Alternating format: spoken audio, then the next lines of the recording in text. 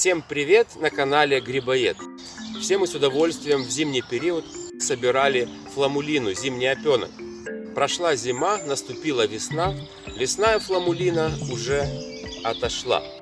А вот на вот таких блоках мы можем спокойно выращивать тот же зимний опенок или фламулину у себя дома. Я вам сейчас показываю фламулину, которая выросла у меня дома.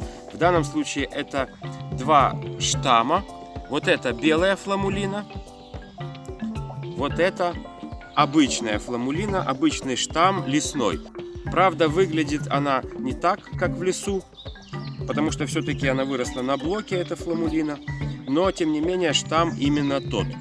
В последнее время выращивают этот гриб уже не только в странах Азии, но и у нас.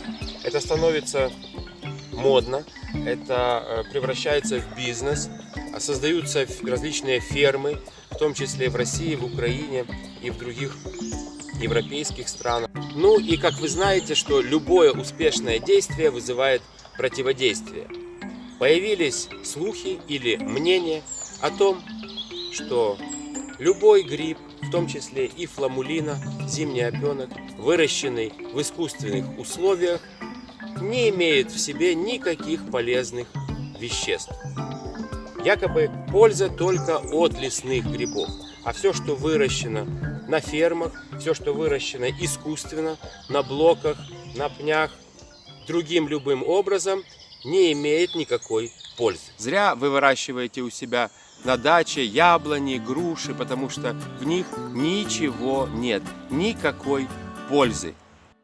Теперь будем ходить только в лес за дичкой, за дикими яблоками, вот такими кислыми, такими маленькими, потому что именно в них есть польза.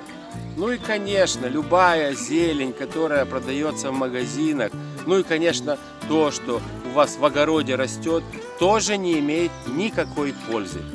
Только лесная трава, только то, что выросло в лесу. Будем кушать только ее.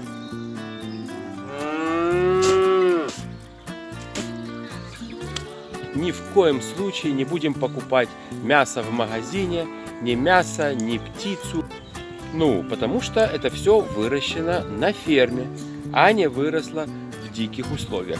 Поэтому будем ловить диких уток.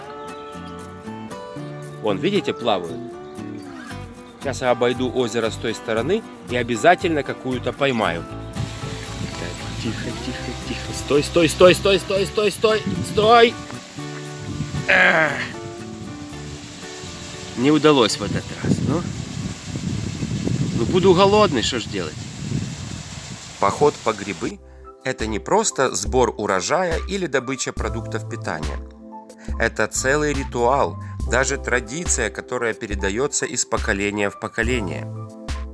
Очень часто и результат грибалки, которая обычно измеряется в килограммах собранных грибов, не имеет большого значения. Это и единение с природой, и оздоровительная прогулка по лесу, и пикник, и возможность пообщаться с друзьями. Тем не менее, представители грибного царства все больше становятся полноценным и незаменимым продуктом питания. А наличие лечебных и целебных свойств у некоторых грибов открывает возможность использовать их в диетических, общеоздоровительных и даже в медицинских целях. Поэтому сегодня во всем мире все больше и больше фермерских хозяйств начинают заниматься выращиванием грибов, в том числе и лечебных. И эта тенденция растет из года в год, особенно в европейских странах, так как объемы потребления культивируемых грибов у нас еще очень малы по сравнению со странами Азии. Например, потребление грибов у нас составляет в среднем от 1 до 1,5 килограммов в год на душу населения, а в Китае до 20 килограмм на человека. Представьте. В связи с таким ростом выращивания грибов в мире возникает вопрос, а действительно ли есть польза в культивируемых грибах, такая же, как и в лесных? Сохраняются ли все минералы, микроэлементы и витамины, например, в зимнем опенке или фламулине, которая выросла у вас дома на грибном блоке? Для начала нам нужно помнить, в каких условиях на самом деле произрастают сейчас дикорастущие грибы. Из-за жизнедеятельности человека постоянно ухудшается экологическая обстановка. Почва в лесах накапливает соли тяжелых металлов, радионуклиды и другие химические вещества.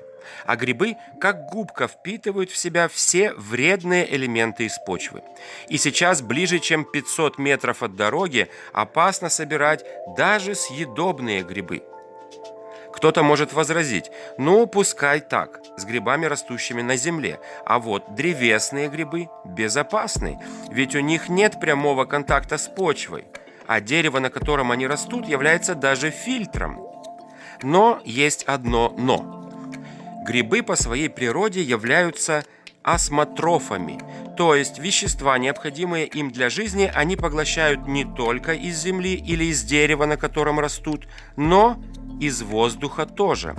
Да, можно сказать, что грибы дышат, поэтому для них необходима не только чистая почва, но и чистый воздух. В дикой природе сегодня вряд ли можно найти гриб, который вырос в экологически чистых условиях. А вот как раз культивируемые грибы всегда произрастают на экологически чистом субстрате, к тому же изначально стерилизованном. И даже воздух на грибных фермах, где находятся блоки субстрата, проходит несколько этапов фильтрации. Кто-то может возразить, что все-таки полезных веществ в дикорастущих грибах больше, так как их больше в лесной почве или в дереве, на котором произрастает плодовое тело. Но это совсем не так. В культивируемых грибах даже больше протеина, аминокислот и других полезных веществ, чем в лесных грибах, потому что выращиваются грибы на специально обогащенном питательном субстрате. В субстрат добавляют множество питательных составляющих: и отруби пшеничные, соевый жмых, овсяная гречаная мука и другие отходы крупяной промышленности. Именно поэтому культивируемые грибы отличаются более высоким содержанием аминокислот и полисахаридов, которые в свою очередь и являются как раз биоактивными веществами, препятствующими возникновению онкологических и других заболеваний у человека. Еще один важный вопрос: какие грибы усваивает человеческий организм лучше, культивируемые или лесные?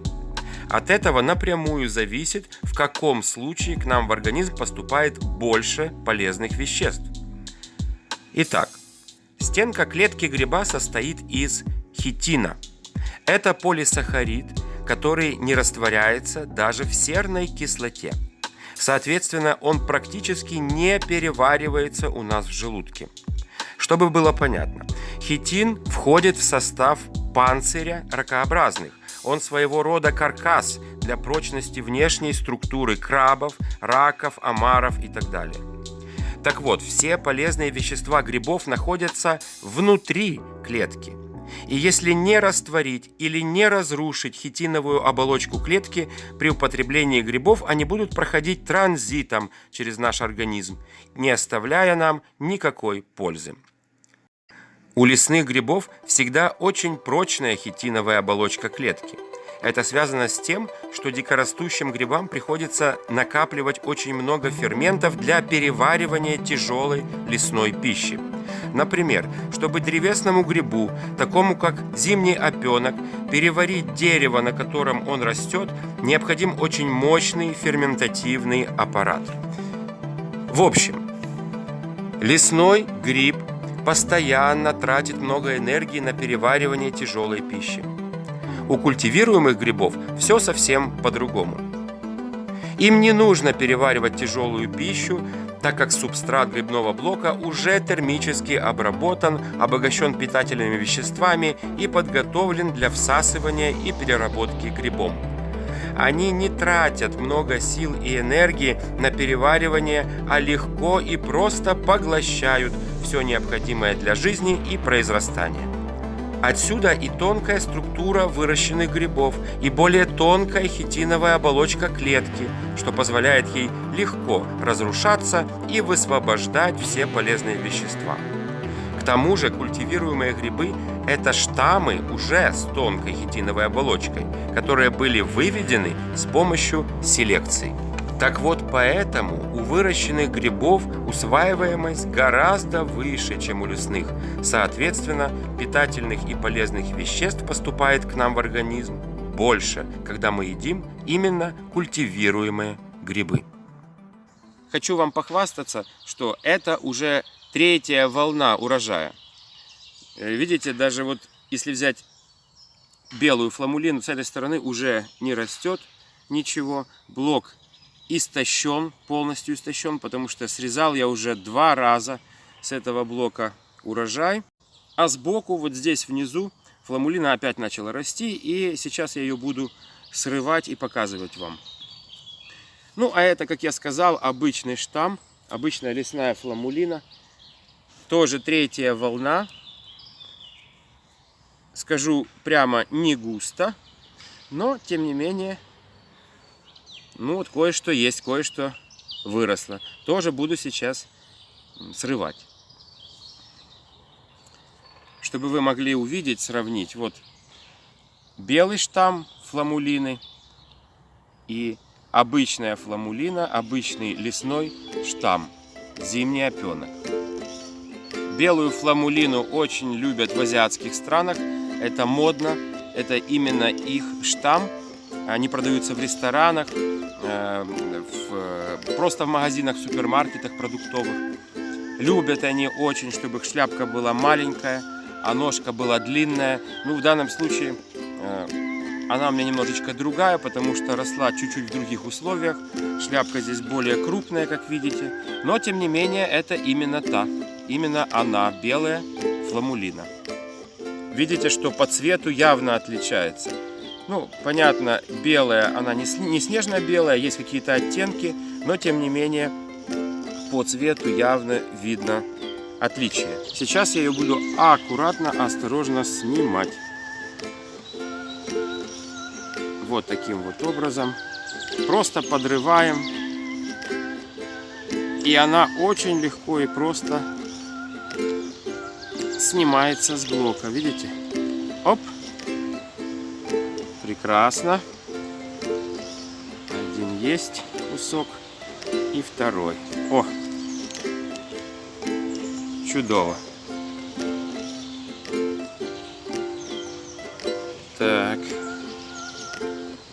Ну, вот этот вот маленький пучок я тоже сниму.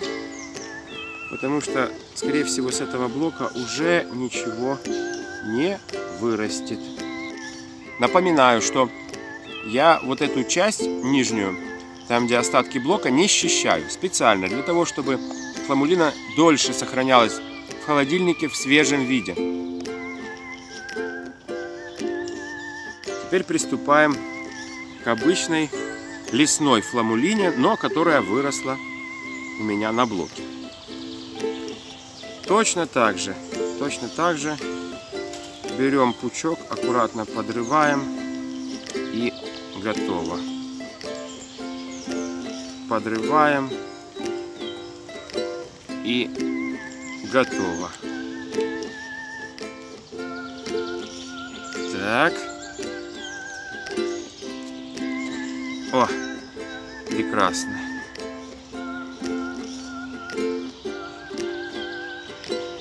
Ну и самый основной куст сверху аналогично. Оп! Есть. Все.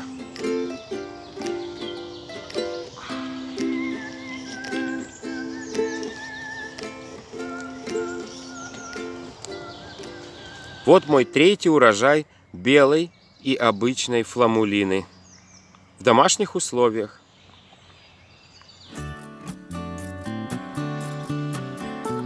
Очень приятно пахнет этот гриб. Я его, честно говоря, люблю с удовольствием покушать в сыром виде. Она имеет слегка сладковатый привкус, но очень и очень аппетитная.